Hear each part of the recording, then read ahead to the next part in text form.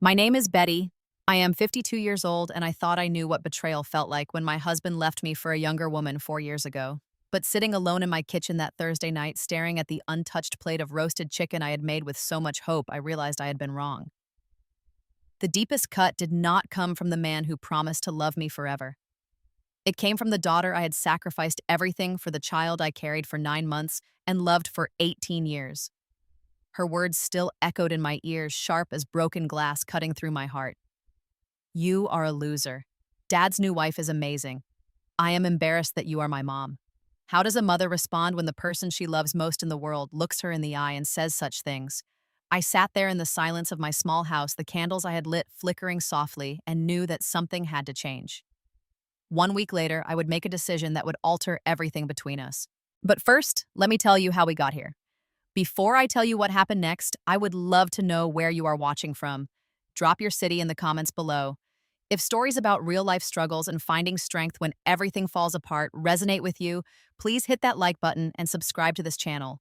This story is about learning when to stand firm, even when it breaks your heart into a million pieces.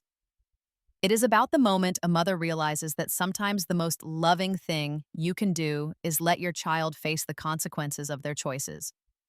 So, settle in, because what unfolded over the next week changed everything between my daughter and me and taught us both lessons we would never forget. Let me take you back to the beginning, to when my life still made sense. 26 years ago, I met Gregory at a coffee shop in Portland, Oregon. I was 24 years old, working as a junior accountant at a small firm downtown, living in a studio apartment that barely fit my bed and a tiny kitchen table. Gregory walked in wearing a construction vest covered in dust, ordered a black coffee, and somehow we started talking. He was 27, an engineer working on a new building project across the street. He had this confidence about him, this way of making you feel like you were the only person in the room. We got married 2 years later in a small ceremony at a vineyard outside the city. My parents were there. His parents flew in from Minnesota, and I wore a simple white dress I found on sale. I thought I was the luckiest woman alive. Madison came along when I was 26. The pregnancy was not easy. I had morning sickness for 5 months straight, could barely keep food down, but the moment they placed her in my arms, none of that mattered. She had these enormous blue eyes and the tiniest fingers that wrapped around mine, and I knew my life had just found its purpose. Gregory and I decided I would stay home to raise her. It was not really a decision we discussed much. He made good money as an engineer, and daycare was expensive. I told myself I would go back to work when Madison started school, but somehow that never happened. The years just slipped by. First, it was preschool pickups, then elementary school volunteering, then middle school activities. I became the mom who baked cupcakes for every class party, who drove Madison and her friends to soccer practice, who helped with homework every single night. Our life settled into a comfortable rhythm. We lived in a modest house in the suburbs with a small yard where Madison learned to ride her bike. Every evening, I cooked dinner and we ate together as a family.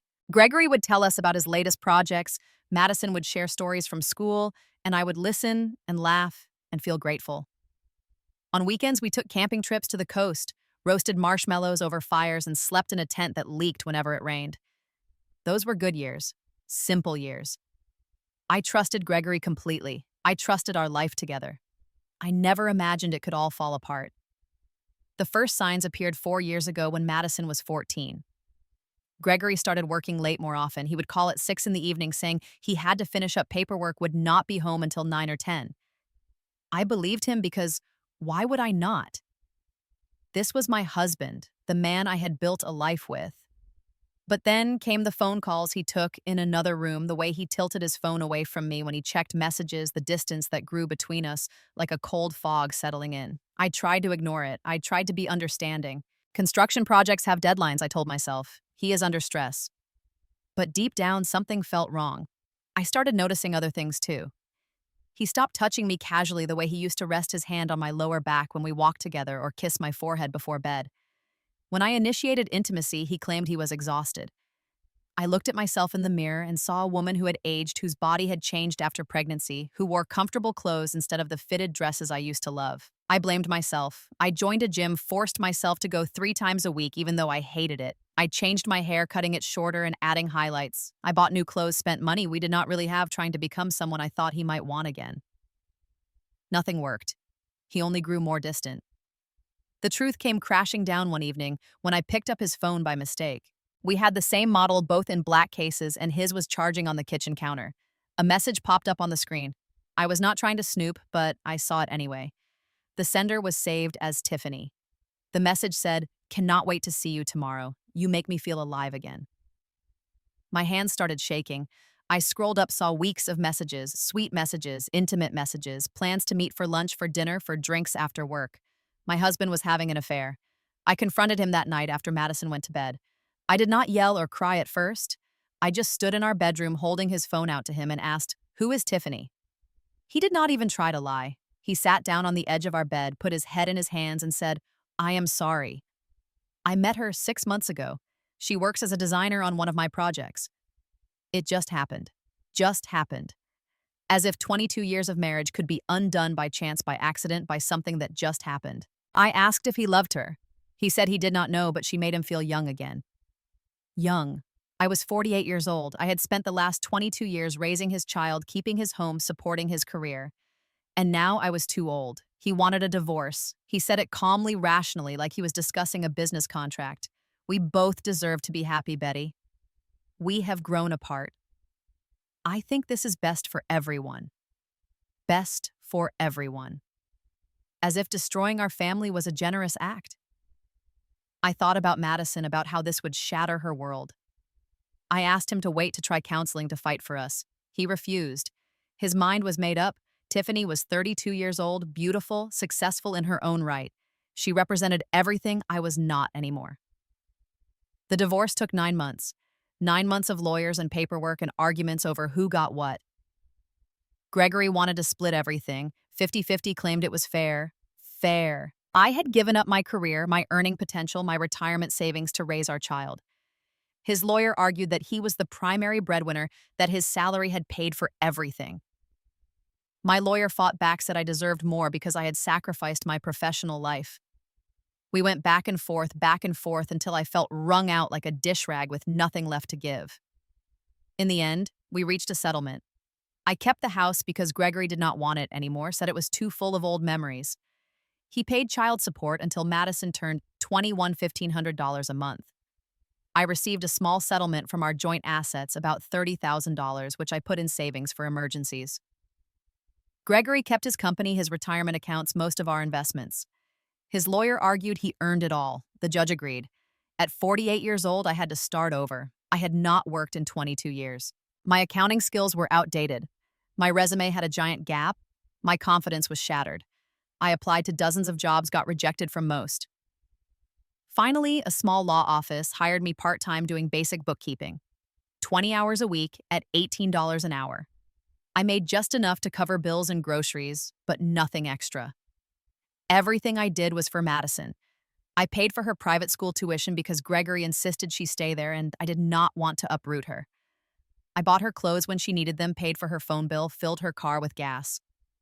When Madison turned 17, I bought her a used Honda Civic with money from my settlement. It cost $12,000, nearly half of what I had saved, but seeing her face light up made it worth it. The car was registered in my name for insurance reasons, but I told her it was hers. I also set up a bank account for Madison using the child support money Gregory sent. I was the primary account holder, but I gave Madison a debit card and told her to use it for school expenses, clothes, activities, whatever she needed. I trusted her to be responsible. I wanted her to feel independent, to not worry about money the way I constantly did. Looking back, maybe I gave her too much freedom. Maybe I was trying to compensate for the divorce, for the pain I could not protect her from. Maybe I just wanted her to be happy because my own happiness felt impossible. My life became small and simple. I worked my part-time job, came home to cook dinner, helped Madison with homework, watched television alone after she went to bed. I did not go out with friends because I could not afford it. I did not date because the idea of trusting another man felt impossible. I did not travel or buy new clothes or do anything for myself. Everything was about Madison. She was the reason I got up every morning. She was the reason I kept going. Before the divorce, Madison and I were close. She was the sweetest child, always wanting to help me bake cookies or plant flowers in the garden. We had Friday movie nights where we made popcorn and watched whatever film she picked, curled up together on the couch under a fuzzy blanket. She told me everything. about her friends at school, about the boy she had a crush on in 8th grade, about her worries and dreams and fears. After her father and I separated, she cried in my arms for hours. I held her and promised her that even though things were changing, my love for her never would. She hugged me tight and whispered, "Mom, I know this is hard for you. I am here for you." I believed we would get through it together. For the first few months after the divorce, Madison stayed close to me. She understood in the way teenagers can when they really pay attention that I was struggling. She helped with dishes without being asked, kept her room clean, did her homework without reminders. We still had our Friday movie nights. She still told me about her day at school. When I came home exhausted from job hunting or from my new part-time position, she would make me tea and sit with me at the kitchen table. I felt grateful. Grateful that even though Gregory had left, I still had my daughter. She was my anchor, my reason to keep fighting. Then everything changed when Gregory introduced Madison to Tiffany. It happened about 6 months after our divorce was finalized. He called me first to tell me as if that made it better. "Betty, I want Madison to meet Tiffany. We are serious and I think it is time." I felt sick. My daughter was going to meet the woman who destroyed our family, but legally I could not stop him. It was his custody time, his decision. I just asked him to be gentle, to remember that Madison was still processing the divorce. He assured me he would handle it carefully. He did not. Tiffany was everything I was not. 32 years old with smooth skin and a figure that had not carried a child. She worked as an interior designer, drove a brand new BMW, lived in a sleek penthouse downtown with floor-to-ceiling windows overlooking the city. She wore designer clothes, always looked perfectly put together, knew all the trendy restaurants and coolest places to go. When Madison came home after that first meeting, she could not stop talking about Tiffany's apartment. "Mom, she has a rooftop terrace. You can see the whole city. And her furniture is so modern and beautiful. Everything matches perfectly." I smiled and nodded, trying to be supportive, but inside I felt something crack. Over the following weeks, Madison started spending more time at Gregory's place. Every other weekend was his official custody time, but she began asking to go there on extra days. He and Tiffany took her to expensive restaurants where dinner cost more than I spent on groceries for a week. They bought her clothes from stores I could not afford to walk into. They took weekend trips to the coast, staying in fancy hotels with spa services. Madison posted pictures on Instagram smiling in designer outfits with captions like, "Living my best life and so blessed." I tried to be happy for her. I tried to tell myself that she deserved nice things, fun experiences, but I could not ignore the way she started looking at me differently. The way her eyes would scan our small house with disappointment. The way she would sigh when I served simple dinners like spaghetti or chicken and rice. The comparisons started subtly at first. "Mom, why do not we ever go out to eat? Tiffany knows all the best restaurants." Or, "Mom, Tiffany said I could borrow her designer handbag for the school dance. Is not that cool?" I would smile and agree, "Yes, honey, that is very nice of her," while swallowing the hurt lodged in my throat. The changes accelerated. Madison stopped wanting to have movie nights with me. She was always on her phone, texting friends or scrolling through social media. When I asked about her day, she gave one-word answers. "Fine, good, whatever." She stopped helping around the house. Her room became a mess of clothes and makeup and shopping bags from expensive stores. When I asked her to clean it, she rolled her eyes. "Mom, I am busy. I will do it later." Later never came. I found myself picking up after her like she was a child again, except this time she did not appreciate it. The complaints became more direct. One evening, I made baked chicken with vegetables, one of the healthy meals I worked hard to afford. Madison pushed the food around her plate and said, "Why cannot we just order takeout? Dad and Tiffany order from this amazing Thai place all the time." I explained that takeout was expensive, that cooking at home was more economical. She muttered, "Everything here is about money." I pretended not to hear her, but the words stung. Yes, everything was about money because I had so little of it, because I had given up my career to raise her, because her father had moved on to someone younger and richer while I was left scrambling to survive. The worst part was watching Tiffany win my daughter over with material things. Designer clothes, expensive makeup, the latest iPhone model. Every time Madison came home from her father's place, she had something new. A handbag I recognized from a store window downtown with a price tag over $500. Shoes that cost more than my monthly car payment. Jewelry, perfume, trendy accessories I could never afford. When I asked where these things came from, Madison would say casually, "Oh, Tiffany bought it for me. She said every girl deserves nice things." The implication was clear. I was not providing nice things, I was failing as a mother. Tiffany made sure to document everything on social media too. She posted pictures with Madison at the spa, getting pedicures together with captions like, "My beautiful bonus daughter, and so grateful for this amazing girl in my life." She tagged Madison, who reposted them with heart emojis. I saw these posts late at night when I could not sleep, scrolling through my phone in the dark, feeling like I was watching my daughter slip away from me. I wanted to say something to Gregory to ask him to stop buying Madison's love, but what could I say? He had every right to spend his money however he wanted during his custody time. I tried talking to Madison directly. One Saturday morning, I sat down with her in the kitchen and said gently, "Honey, I am glad you are having fun with your dad and Tiffany, but I want you to remember who has been here for you all along. I love you more than anything in this world." Madison looked at me with an expression I had never seen before, something cold and distant. "Mom, you are just jealous because Tiffany is more fun than you." The words hit me like a slap. "I am not jealous," I said, trying to keep my voice steady. "I just want you to appreciate what you have." She stood up, pushing her chair back roughly. "Whatever, Mom, I am going to my room." She left me sitting there alone, feeling like I did not recognize my own daughter anymore. I called Gregory in desperation. I kept my voice calm and said, "I need you to stop trying to buy Madison's affection. You are teaching her that love equals expensive gifts." He laughed. Actually laughed. "Betty, I am not buying her affection. I am just giving our daughter the life she deserves. Maybe if you had a better job, you could do the same." The condescension in his voice made me want to scream, but I kept my composure. "This is not about money, Gregory. This is about values, about teaching her gratitude and respect." He cut me off. "She seems pretty happy to me." "Maybe you are the problem." Then he hung up. I felt powerless, completely powerless. I was watching my daughter transform into someone I did not know, someone entitled and ungrateful and mean, and I could not stop it. Every day she drifted further away. Every day the distance between us grew.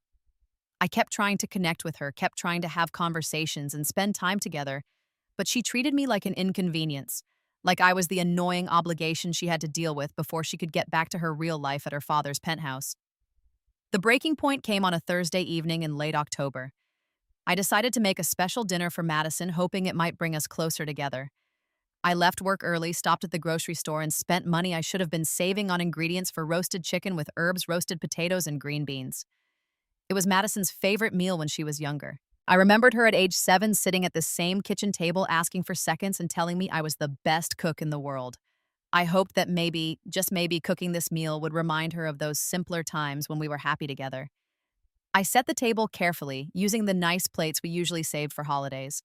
I lit 2 candles in the center, turned on soft music in the background, and arranged fresh flowers I had picked from the garden in a small vase. When the chicken came out of the oven, golden brown and smelling like rosemary and thyme, I felt a flicker of hope. This would be good. We would have a nice dinner together. We would talk and reconnect. Things would get better. I called upstairs, "Madison, dinner is ready." I heard her door open, heard her feet on the stairs, slow and reluctant. She appeared in the kitchen doorway wearing sweatpants and an oversized hoodie, her face buried in her phone. She did not look up, just slid into her chair and continued scrolling. I served her plate, placing the chicken and vegetables in front of her with a smile. "I made your favorite," I said brightly. She glanced at the food briefly, then back at her phone. "Cool," she muttered. I sat down across from her, determined to make this work. "How was school today, sweetie?" I asked, keeping my voice light and interested. "Fine," she said without looking up. I tried again.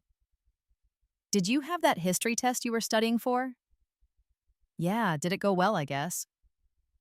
Her thumbs moved rapidly across her phone screen, typing messages to someone who was not me. I felt frustration building but pushed it down. "Tell me about your friends. How is Emily doing?" "She is fine, Mom. Can you not interrogate me?" I am not interrogating Honey.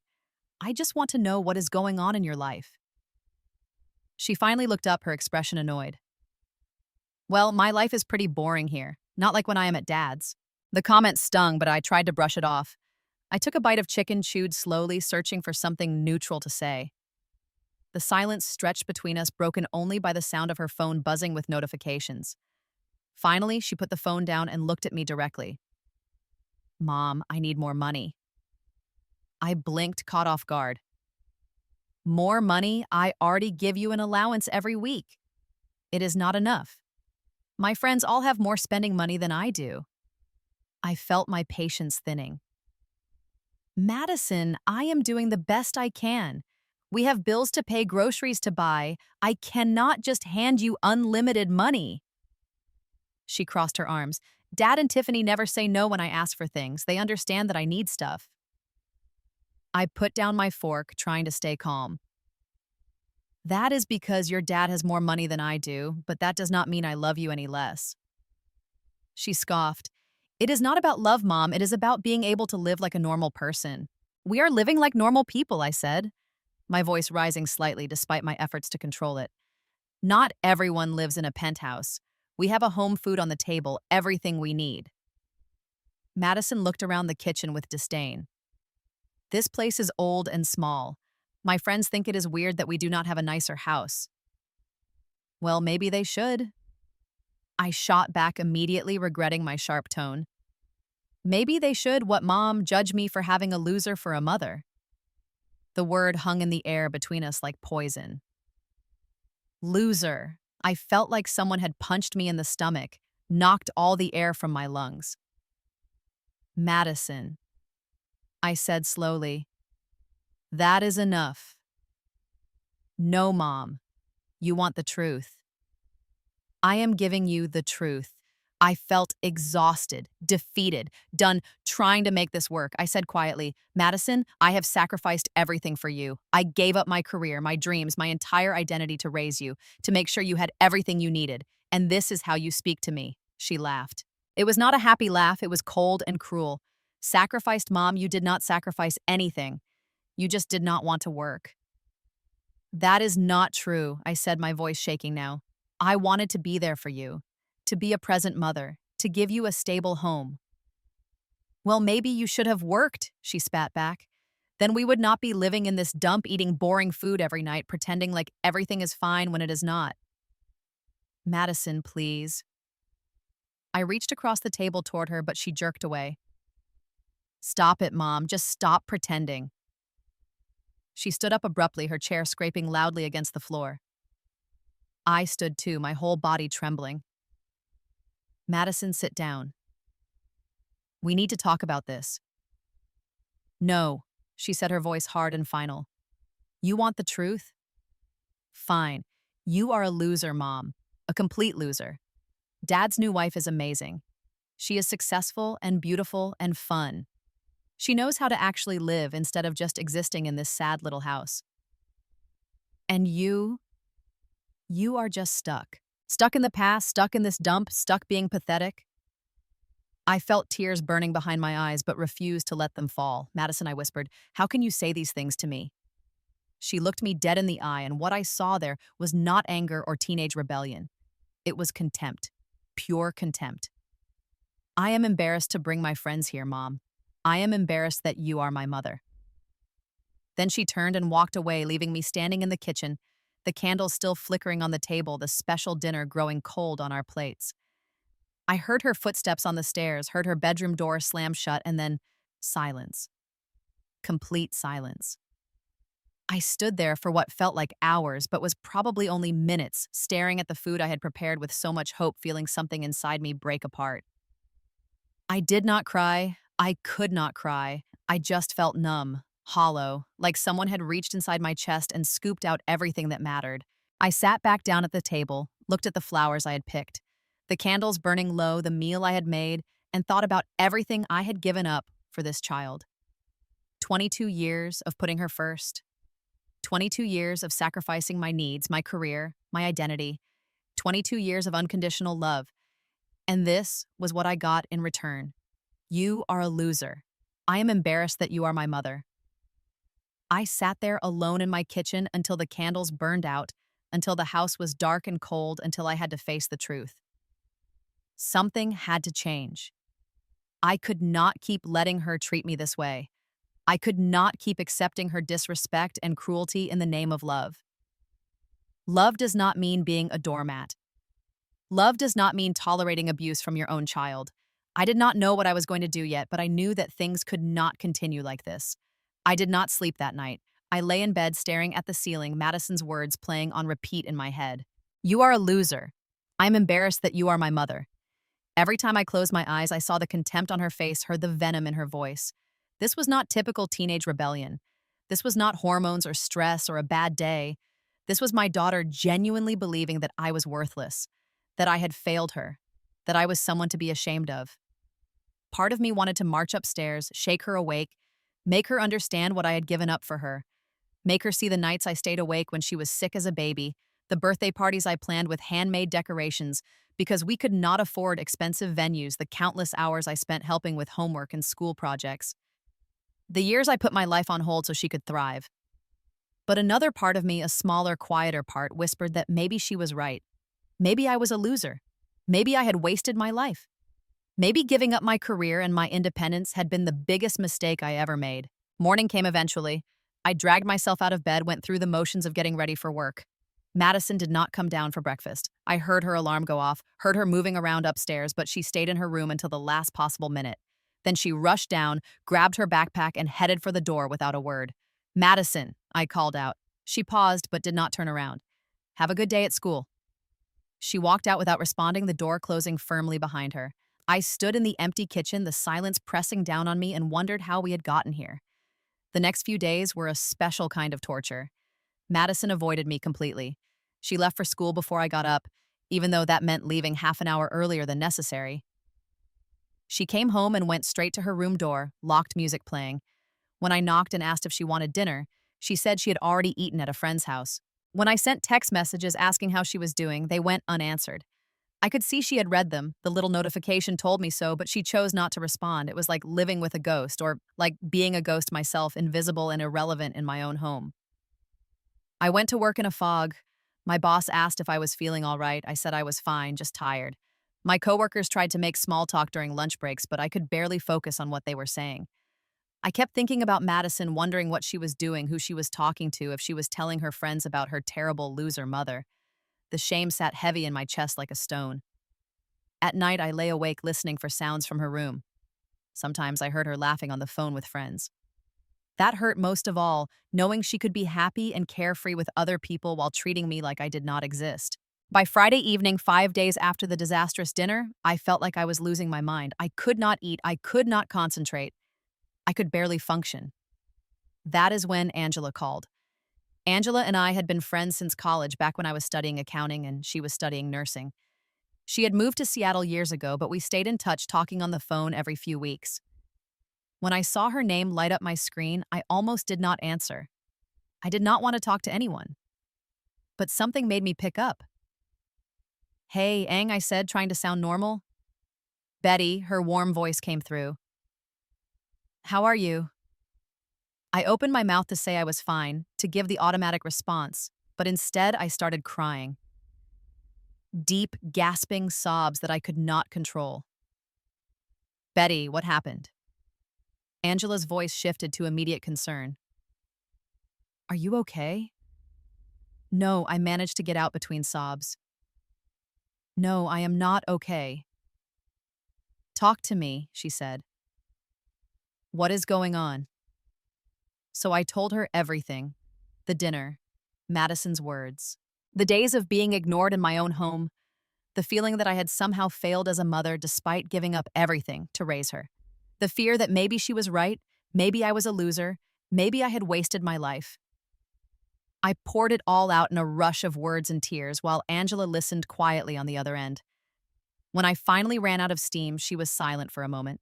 Then she said, "That little brat." Betty. I could not believe the anger in her voice. After everything you have done for her, After you sacrificed your entire career, your 20s and 30s and 40s, your marriage, essentially everything to raise her, and she has the audacity to call you a loser. I tried to defend Madison. She is just a kid. She does not understand. Angela cut me off. Betty, she is 18 years old. She is not a kid anymore. She is old enough to vote to serve in the military to make adult decisions. She is old enough to know better than to treat her mother like garbage. But I have not given her the life her father gives her, I said weakly. So, what? Angela shot back. Your ex-husband has money. You have love. You have been there day in and day out. You have been the one making sure she had everything she needed. Gregory has been the weekend fun dad who buys her affection. There is a huge difference. But maybe she needs more than I can give her. Maybe I am holding her back. Betty, listen to me. Angela's voice became firm. You are not holding her back. You are enabling her. What? I asked, confused. You heard me. You are enabling this behavior. You are letting her disrespect you, letting her treat you like a doormat, letting her take advantage of your love. And she is going to keep doing it until you stand up for yourself. I did not know what to say. Stand up for myself. What was I supposed to do? Angela continued. Set some boundaries. Show her there are consequences for treating people badly. Right now, she thinks she can say whatever she wants to you, and you will just take it because you love her. But real love does not mean being a punching bag. Real love means teaching someone how to treat others with respect. But she is my daughter, I whispered. I do not want to push her away. You are not going to push her away. You are going to teach her a lesson she desperately needs to learn. Trust me, Betty. Sometimes the most loving thing a parent can do is let their child face consequences. We talked for another hour. Angela told me about cases she had seen as a nurse, teenagers who were spoiled and entitled and who grew into adults with no sense of responsibility or empathy. She told me that if I did not do something now, Madison would continue down this path, becoming someone neither of us would recognize. The conversation stirred something in me, a tiny spark of anger that had been buried under all the hurt and shame. Angela was right. I had been enabling Madison. I had been so desperate for her love, so guilty about the divorce and our financial situation, that I had let her walk all over me. I had let her disrespect me, insult me, treat me like I was worthless. And by accepting that treatment, I had taught her that it was okay, that she could say anything to me without repercussions, that my feelings did not matter. After we hung up, I sat at my kitchen table with a cup of tea growing cold in front of me and made a decision. I was going to do something I had never done before, something that terrified me. I was going to set boundaries. I was going to show Madison that actions have consequences, even if it meant she hated me more, even if it meant she left. Because Angela was right. Real love does not mean tolerating abuse. Real love means teaching your child how to be a decent human being, and I had failed at that. I had been so focused on giving Madison everything I did not have growing up, so focused on making sure she was happy that I had forgotten to teach her gratitude, respect, empathy. It was time to fix that mistake. I opened my laptop and logged into our joint bank account, the one where Gregory's child support payments were deposited, the one Madison had a debit card for. I started scrolling through the transaction history, and what I saw made my stomach turn. Over the past 3 months, Madison had spent nearly $4,000. Designer clothing stores, expensive restaurants, coffee shops where a single drink cost $8, makeup stores, online shopping, cash withdrawals at ATMs hundreds of dollars at a time with no explanation. I kept scrolling, kept adding up the numbers, kept feeling sicker and sicker. This money was supposed to be for her education, for necessities. Gregory sent $1,500 a month specifically to cover Madison's needs: food, clothes, school supplies, gas for her car. Instead, she was treating it like unlimited spending money. I printed out the transaction history, page after page of frivolous purchases, evidence of exactly how spoiled and irresponsible she had become. This was my fault too. I had given her access to this money without oversight, without teaching her to budget, without explaining that money has to be earned and managed carefully. I had handed her financial freedom before she was ready for it. Well, that was about to change. I knew what I had to do.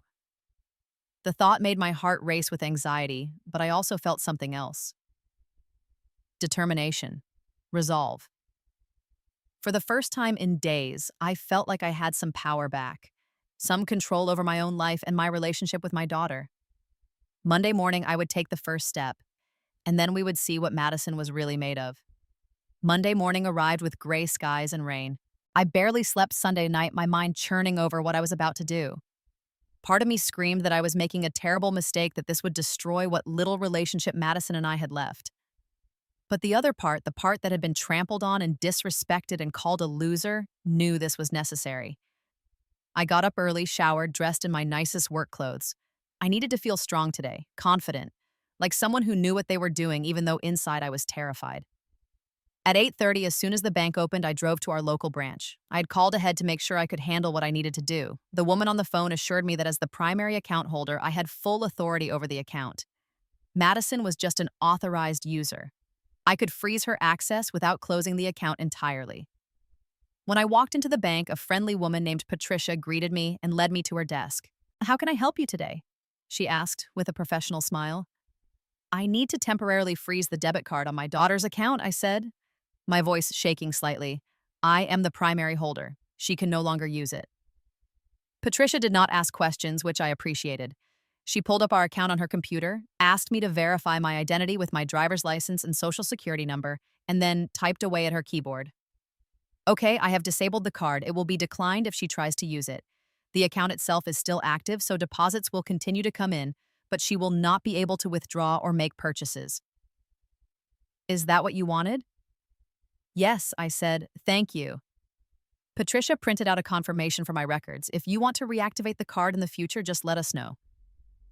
I nodded, folded the paper, and put it in my purse. Step 1 was complete. I sat in my car in the bank parking lot for a long moment, gripping the steering wheel. My hands were shaking. What I was about to do next felt even harder. I drove home slowly, rehearsing the words in my head. When I pulled into the driveway, Madison's car was not there. She had already left for school. Good. That made this easier.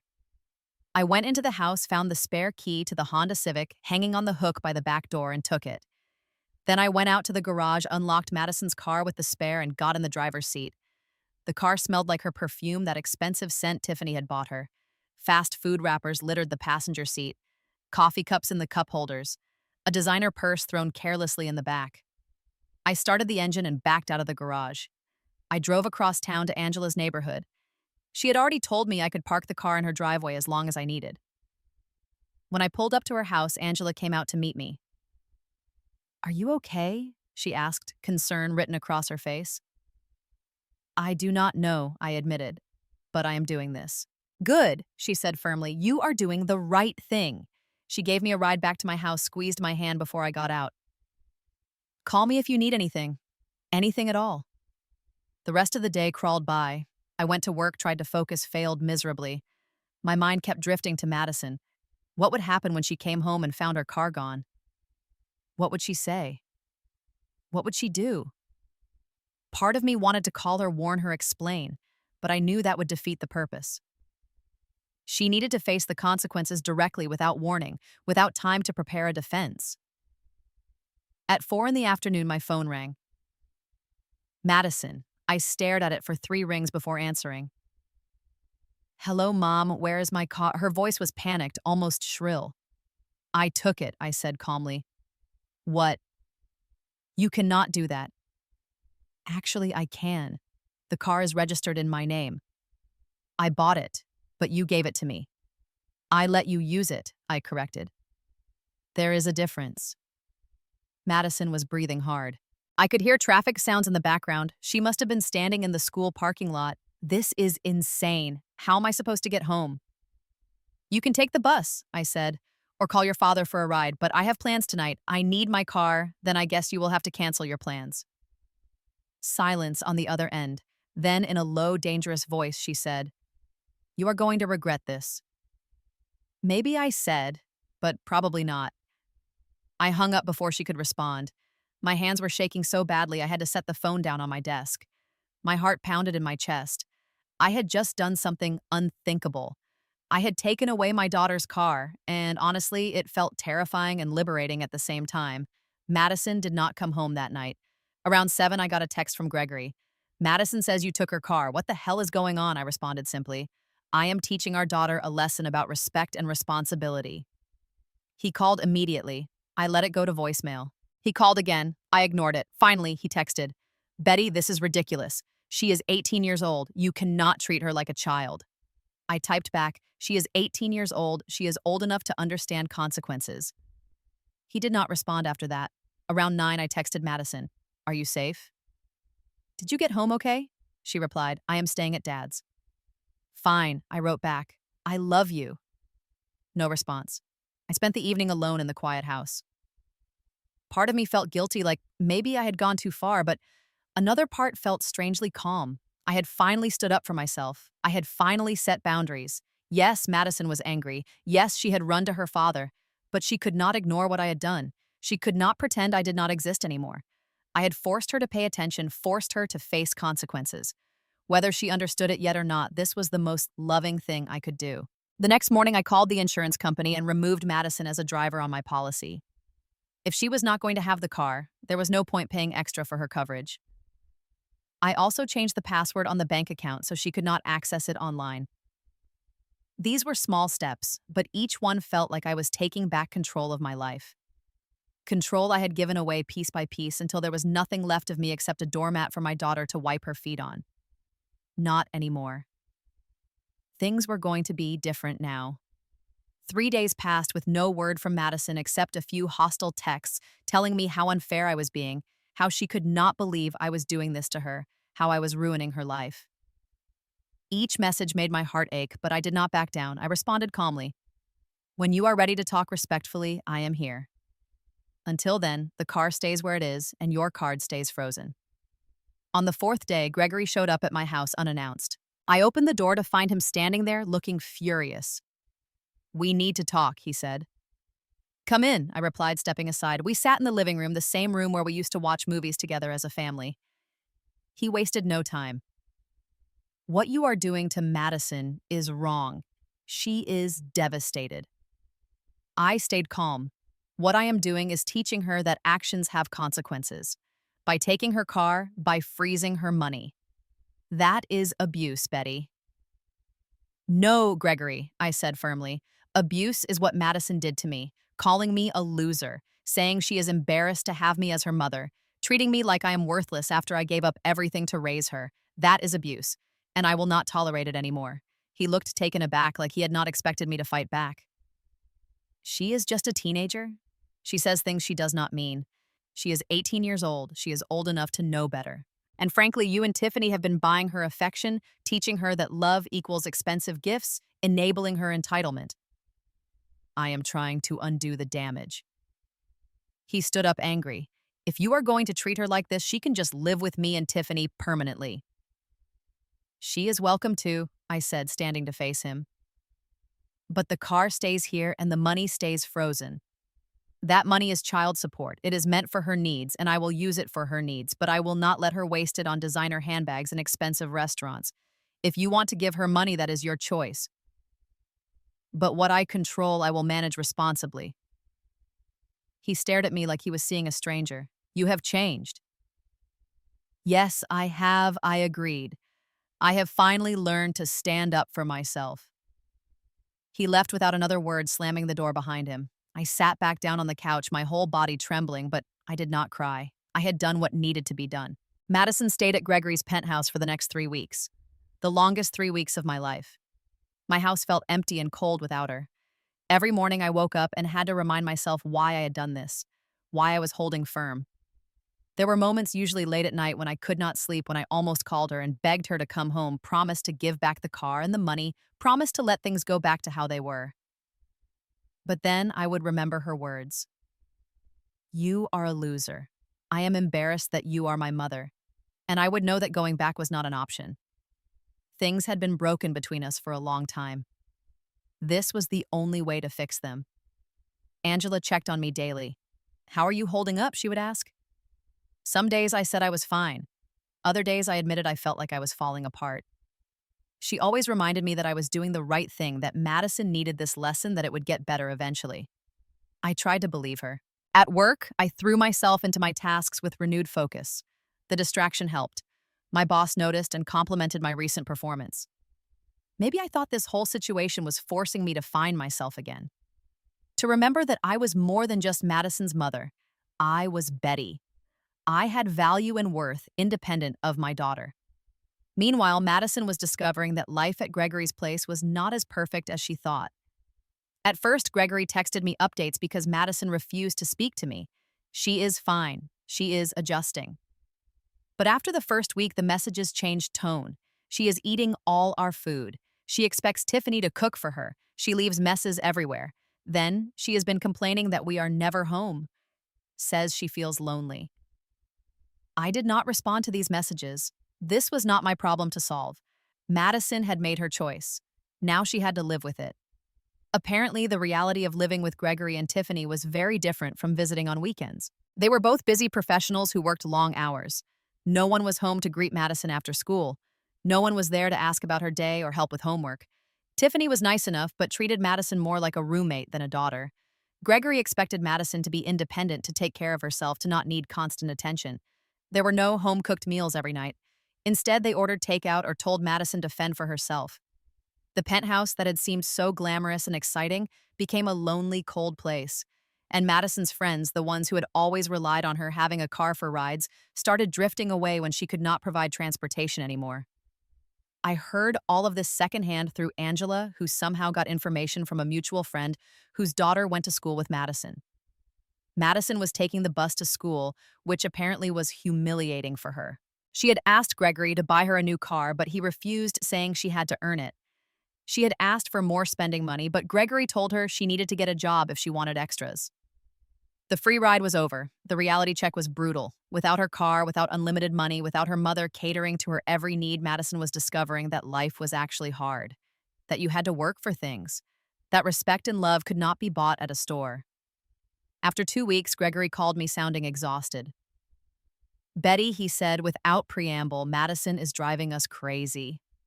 She is moping around, complaining constantly, refusing to help with anything. Tiffany is at her wit's end." I felt a small satisfaction at this, but kept my voice neutral. "That is not my problem, Gregory. She chose to leave." He sighed heavily. "Look, can you just give her the car back? Let her come home. This is not working." "No," I said firmly. "Not until she apologizes. Not until she understands why what she said was wrong." "But she is miserable." "Good," I said. "Maybe misery will teach her something." We hung up shortly after, and I felt both guilty and vindicated. The third week, Madison started texting me. "Not to apologize, just complaints. Dad and Tiffany are never home. I'm so bored." Or, "There is never any real food here. Everything is takeout." I did not respond to these messages. They were not apologies. They were just more complaints, more evidence that she still did not understand. Then one afternoon, I got a different kind of message. "Mom, I miss home." I stared at that text for a long time. She missed home, not me, not our relationship, just the comfort and convenience of home. The place where someone cooked for her and cleaned for her and asked about her day. I wrote back, "You are always welcome to come home, but only if you are ready to treat me with respect." No response. That Saturday afternoon, 3 weeks and 2 days after I had taken her car and frozen her account, there was a knock on my door. I opened it to find Madison standing there with a small overnight bag, looking exhausted and defeated. Her eyes were red and puffy, like she had been crying. She looked smaller somehow, less confident, more vulnerable. "Can I come in?" she asked quietly. I stepped aside and let her enter. She walked into the kitchen and sat down at the table, the same table where we had eaten that disastrous dinner a month ago. I followed and sat across from her. "Do you want some tea?" I asked. She nodded. I made 2 cups of chamomile tea, set one in front of her, kept one for myself. We sat in silence for a long moment, both of us holding our warm mugs, not drinking. The kitchen clock ticked loudly. Finally, Madison looked up at me, her face crumpled. "Mom, I am sorry. I waited. I said terrible things to you," she continued, her voice breaking. "Things I did not mean. Things I should never have said." Tears started rolling down her cheeks. I was so caught up in the glamorous life at Dad's place that I forgot what really matters. I forgot about you, about everything you have done for me. Tiffany is nice, but she does not care about me the way you do. She does not ask about my day or notice when I am sad or make sure I eat vegetables.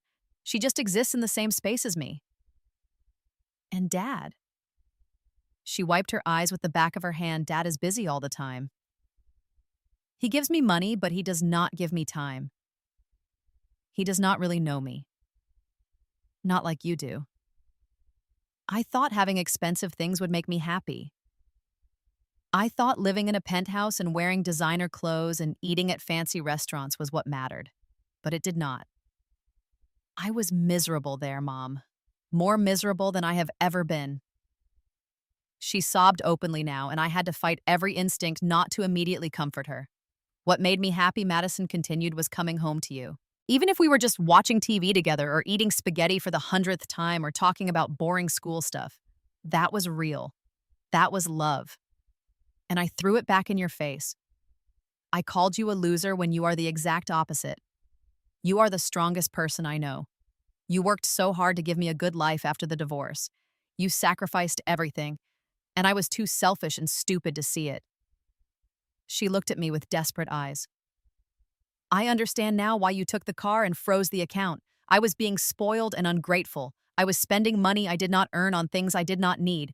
I was treating you like garbage, and you were right to show me there are consequences. Mom, she reached across the table. I know I hurt you so badly, and I do not know if you can ever forgive me, but I am asking you to try. I love you. I miss you. Please, can I come home? I reached out and took her hand. I could feel her trembling. Madison, I said slowly, I forgive you. I never stopped loving you, not for 1 second. But things need to change. She nodded vigorously. I know they do. I continued, you can come home, but there are conditions. First, you need to get a part-time job, earn your own spending money, learn the value of work. Second, the bank account will be reopened, but I will monitor it. Child support is for necessities, not luxuries. Third, you can have the car back, but only for school and work. No joyriding with friends until you prove you are responsible. Fourth, you help with housework. Cooking, cleaning, laundry. This is a partnership, not a hotel. Do you agree to these terms? Yes, Madison said immediately. I will do whatever it takes, Mom. I will get a job. I will help around the house. I will be responsible. I promise. I squeezed her hand. Then welcome home, sweetheart.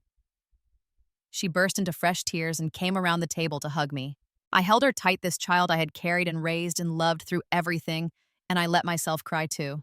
We stood there in the kitchen holding each other for a long time, both of us damaged and healing and trying to find our way back to each other. The next few weeks were a revelation. Madison kept her promises. She applied for jobs at several places and was hired at a local coffee shop working 10 hours a week. Her first paycheck was $92 after taxes. She came home waving it excitedly. Mom, look, I earned this.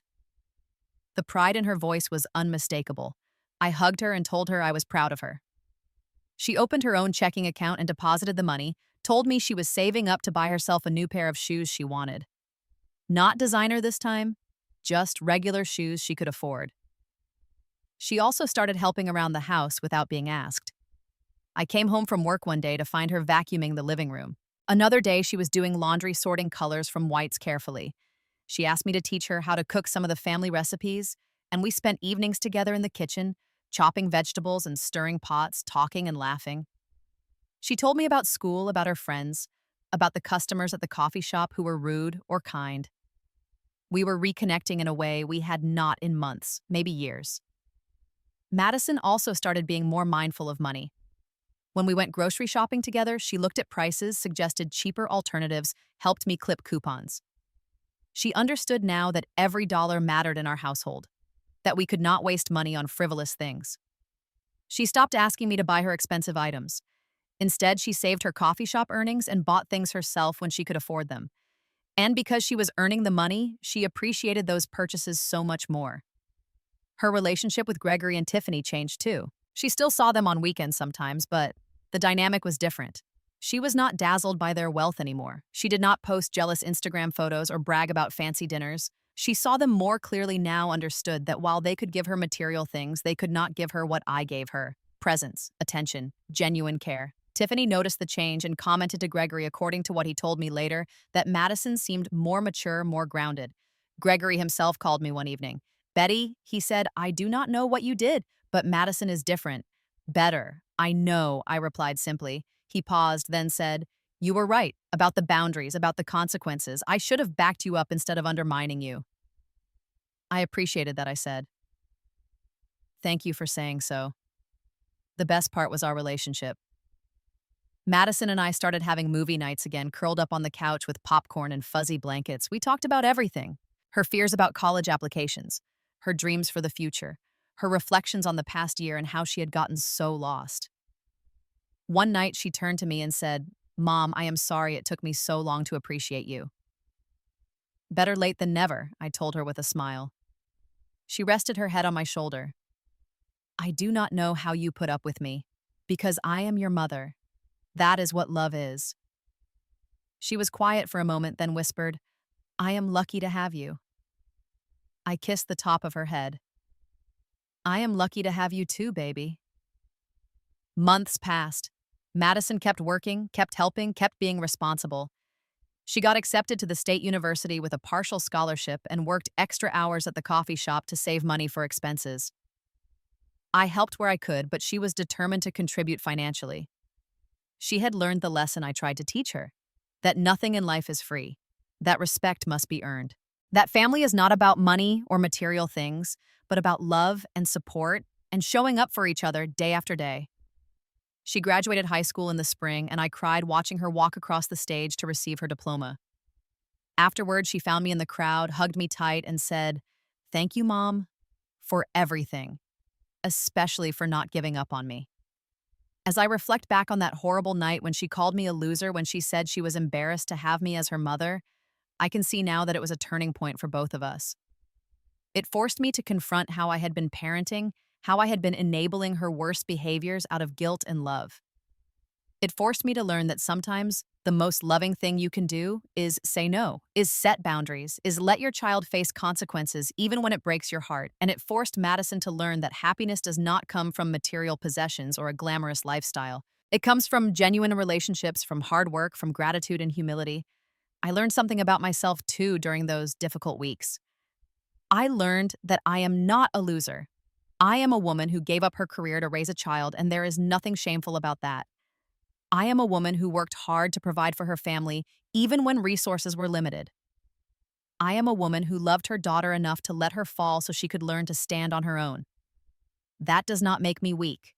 It makes me strong. Stronger than I ever gave myself credit for. My worth is not defined by my bank account or my job title or whether I live in a penthouse. My worth is defined by the values I hold, the love I give the person I choose to be. Madison is different now, too. She is kinder, more empathetic, more aware of other people's struggles. She tips generously at restaurants because she knows what it is like to work in service. She does not judge people by their cars or clothes or houses because she understands those things do not define character. She calls me regularly, asks how I am doing, listens when I talk. We have a relationship built on mutual respect now, not just obligation. And that makes all the difference. Sometimes I wonder what would have happened if I had not taken her car and frozen her account, if I had just continued letting her disrespect me, hoping she would eventually come around on her own. I think I know the answer. She would have kept spiraling into entitlement and selfishness. Our relationship would have remained broken, maybe permanently.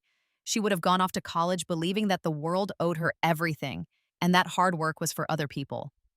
And I would have remained a doormat, unappreciated and unloved by the person I loved most. The decision to stand up for myself was the hardest thing I have ever done. Harder than the divorce. Harder than starting over at 48. Harder than living on a tight budget month after month. But it was also the best thing I have ever done. Because it saved both of us. It saved Madison from becoming someone shallow and cruel. And it saved me from disappearing entirely, from erasing myself in the name of motherhood. We are both better people now. Stronger, wiser, more connected. And I am grateful for that, even though the path to get here was painful. Sometimes the hardest lessons are the ones that change us the most. Sometimes loving someone means letting them fall so they can learn to stand on their own. And sometimes being called a loser by your own child is the wake-up call you need to finally stand up for yourself and remember your own worth. I am not a loser. I am a survivor. I am a mother. I am Betty, and I am enough. Before I go, I want to ask you something. Have you ever had to set difficult boundaries with someone you love? Have you ever had to choose between being liked and being respected? Drop your thoughts in the comments below. I would love to hear your stories. If this story resonated with you, if it made you think about your own relationships or parenting choices, please hit that like button and share this video with someone who might need to hear it. Subscribe to this channel for more real stories about real struggles and finding strength when everything falls apart. Thank you so much for listening to my story.